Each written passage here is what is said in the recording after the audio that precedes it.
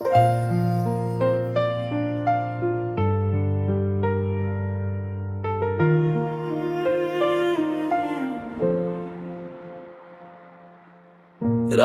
की तन्हाई में तेरा चेहरा नजर आए, दिल की हर धड़कन बस तेरा नाम गुनगुनाए।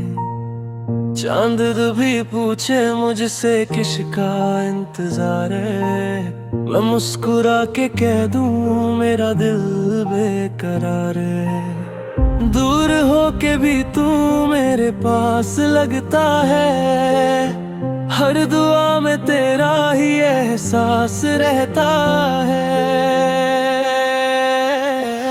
तेरा नाम लिखा है मेरी हर कहानी में, तू ही तू बसा है मेरी जिंदगानी में। चाहे जितनी दूरियां दिल जुदा नहीं होगा, मेरा इश्क तेरे बिना कभी पूरा होगा।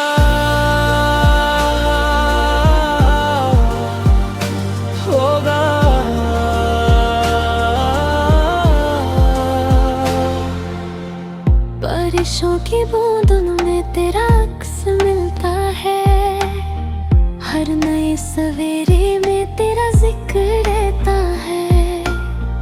मेरी खामोशी भी तेरा गीत गाती है, हर सांस तुझे ही बुलाती है। अगर तू कभी लौट के आ जाए, मेरे अधूरे ख्वाब फिर सज जाए। ये दिल आज भी तेरा इंतजार करता है, हर पल तुझसे ही प्यार करता है।